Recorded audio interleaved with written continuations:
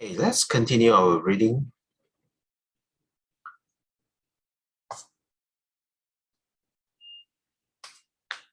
We have started on this section. The thing is the subsection of the general introduction, the Pali Canon. We started with the fact that the canonical collections belonging to the early Buddhist schools were lost when Indian Buddhism was devastated by the Muslim invasion. Okay.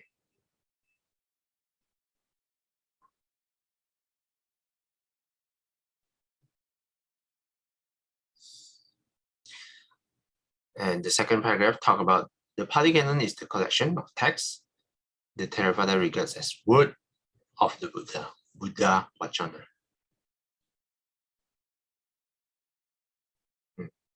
And then the second paragraph mention that the Pali Canon has a special importance for us.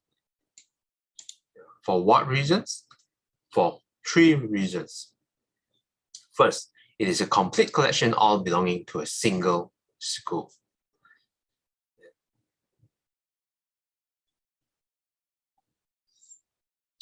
And the texts have a certain degree of uniformity. Among the texts stemming from the same period, we can also speak of the homogeneity of contents. A single flavor underlying the manifold expressions of the doctrine. Let's first define homogeneity here. The quality of state of being all the same or all of the same kind.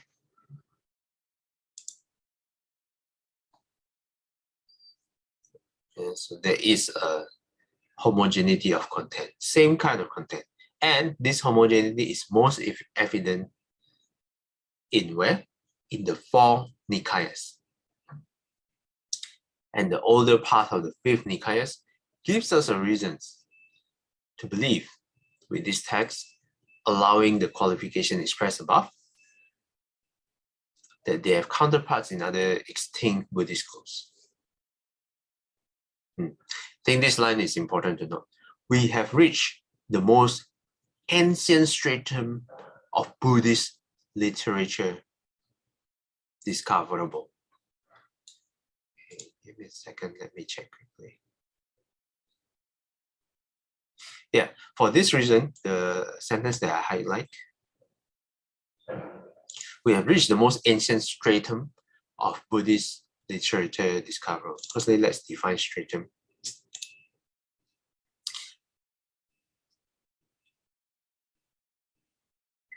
A layer or series of layers of rock in the ground. Yeah? So the deepest ancient stratum. What does that mean? What does Bhikkhu Bodhi mean? Means that this is the closest, or at least we have a high confidence that this is the closest to the words of the Buddha, yeah, that we can find today. And for this reason, we can have a high confidence that the originality of the teachings remains high, at least in these four Nikayas. The second reason, which I'm going to read now, the entire collection has been preserved in a Middle Indo-Aryan language. One closely related to the language, or more likely, the various regional dialects that the Buddha himself spoke.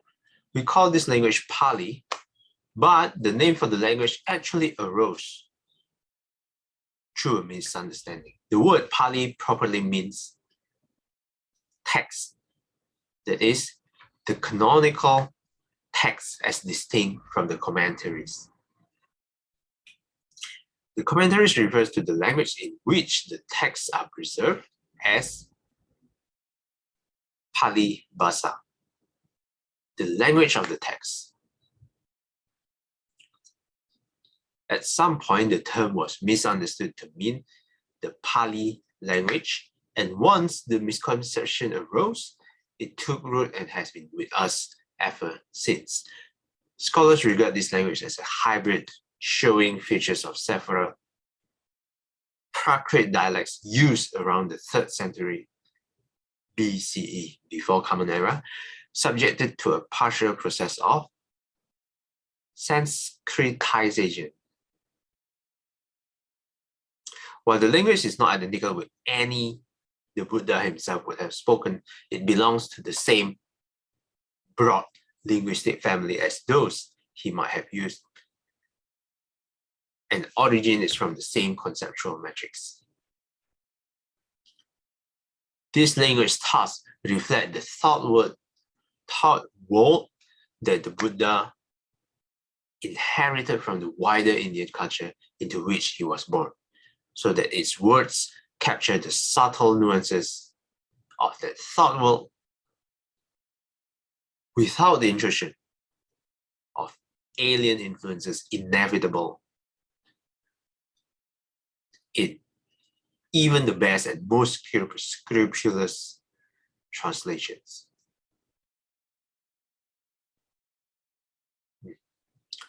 This contrasts with Chinese, Tibetan, or English translations of the text, which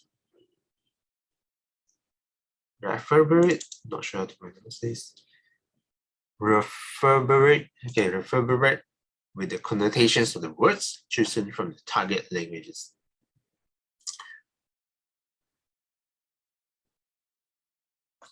Basically, this second reason means that the language that the text is written, the Pali Canon, is also one of the most original, or at least the closest to the language that the Buddha spoke, even though it's not exactly the language that the Buddha spoke, but it was the closest that we can get. Yeah.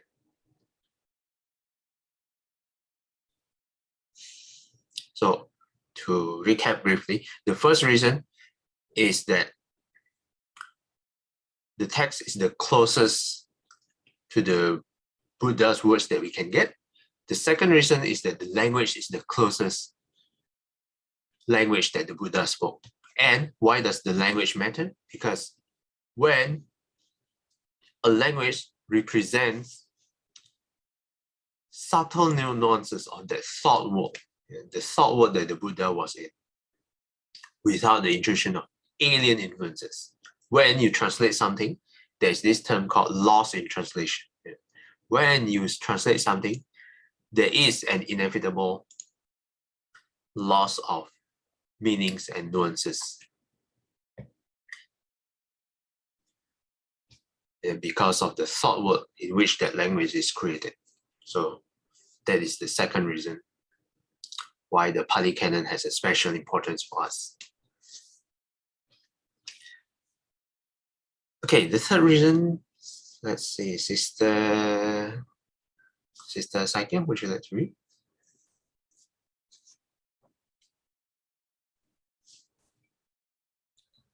The third reason the Pali Canon has special importance is that this collection is authoritative for a contemporary Buddhist school.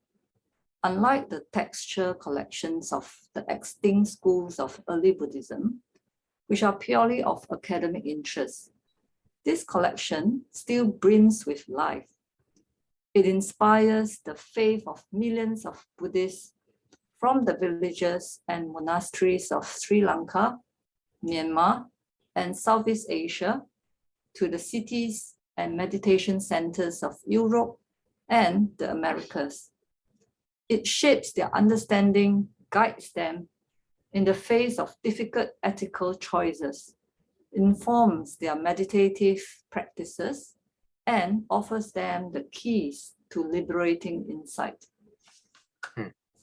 Thanks, Sister Saikem. Okay, let's take a look at this word, contemporary.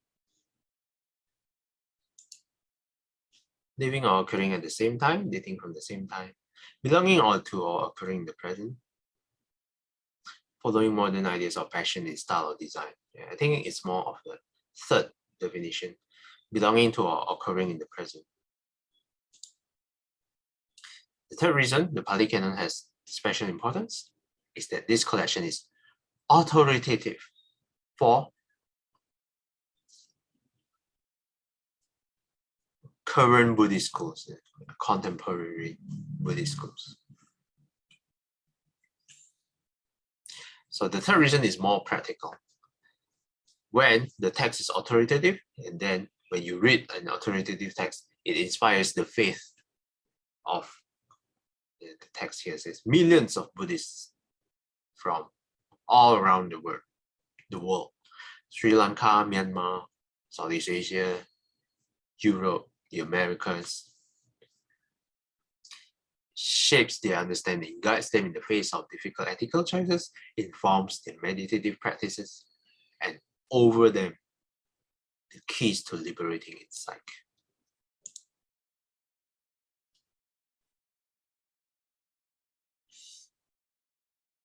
Okay, so that are the three reasons that Bhikkhu Bodhi laid out why the Pali Canon is important, and which we are going to read later on in the weeks to come or months to come. So far, any questions or comments?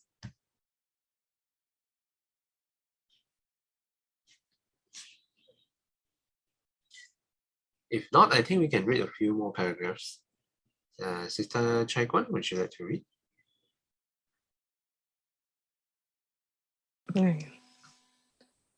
The Pali Canon is commonly known as the Tipitaka, the three baskets, or the three compilations. This threefold classification was not unique to the Theravada school, but was in common use among the Indian Buddhist school as a way to categorize the Buddhist canonical texts. Even today, the scriptures preserved in Chinese translations are known as the Chinese Tipitaka. The three compilations of the Pali Canon are: 1. The Vinaya Pitaka, the compilation of discipline, which contains the rules laid down for the guidance of the monks and nuns, and the regulations prescribed for the harmonious functioning of the monastic order. 2.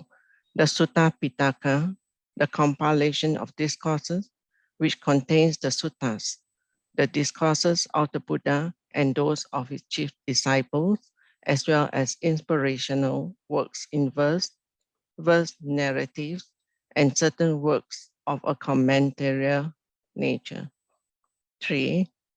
The Amitabha Pitaka, the compilation of philosophy, a collection of 7 treatises which subject the Buddha's teachings to rigorous philosophical systematization. The Amitabha Pitaka is obviously the product of a later phase in the evolution of Buddhist thought than the other Tipitaka. I think I should stop here. Okay, yeah. Thanks, Sister Chai Kwan. Thank you. Yeah. Sorry. So this is the Abhidhamma, not the Amitabha. The Abhidhamma Pitaka. So this paragraph introduces what are the contents inside the Pali Canon at a high level, broadly. The Tipitaka is called the Tipitaka, or the three baskets, or the three compilations. Stay with these words. Compilation. Yeah.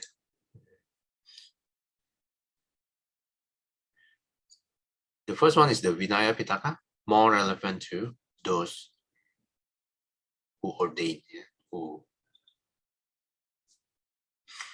more relevant for the monastics. The second one, the Sutta Pitaka, is mostly what we are going to read, the compilation of discourses, which contains the suttas, the discourses of the Buddha and those of his chief disciples, as well as inspirational works in verse narratives, and certain works of a commentarial nature.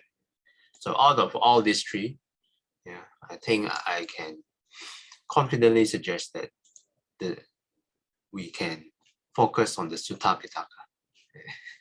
since we are not monastics, we don't have to really study the Vinaya Pitaka. This is quite a huge collection as well. You can see, I think Thanissaro Bhikkhu wrote 2 books regarding the Vinaya Pitaka. And the Abhidhamma Pitaka is, well, you can maybe reference it occasionally, but this is some heavy stuff. Yeah. If you're really into studying Buddhism, maybe you can take a look at it. But for starters, I think I would suggest from the Sutta Pitaka. And here, Bhikkhu Bodhi added that the Abhidhamma Pitaka is obviously the product of a later pace in the evolution of Buddhist thought than the other 2 Pitakas. So this is because it is a product of a later pace, maybe it's good that we start from product of the earlier pace first. Okay. Okay, I think we read this one more paragraph. Sister Billy.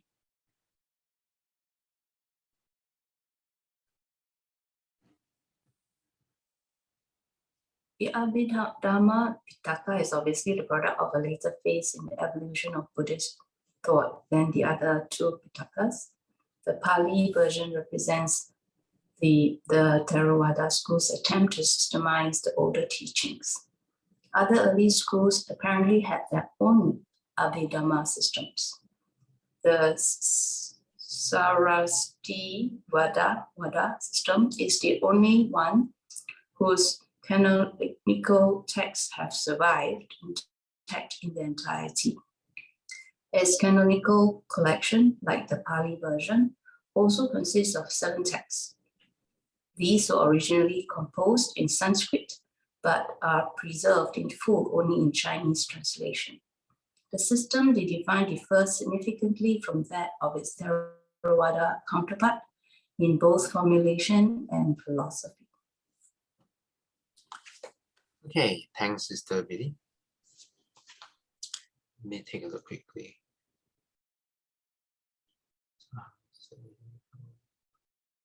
Okay.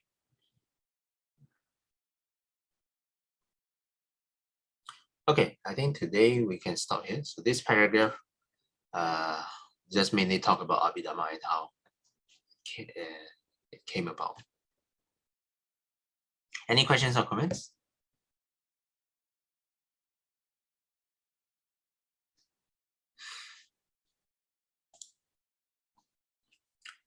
If not, let's do a dedication. 愿消三障诸烦恼，愿得智慧真明了，普愿罪障悉消除，世世常行菩萨道。阿弥陀佛。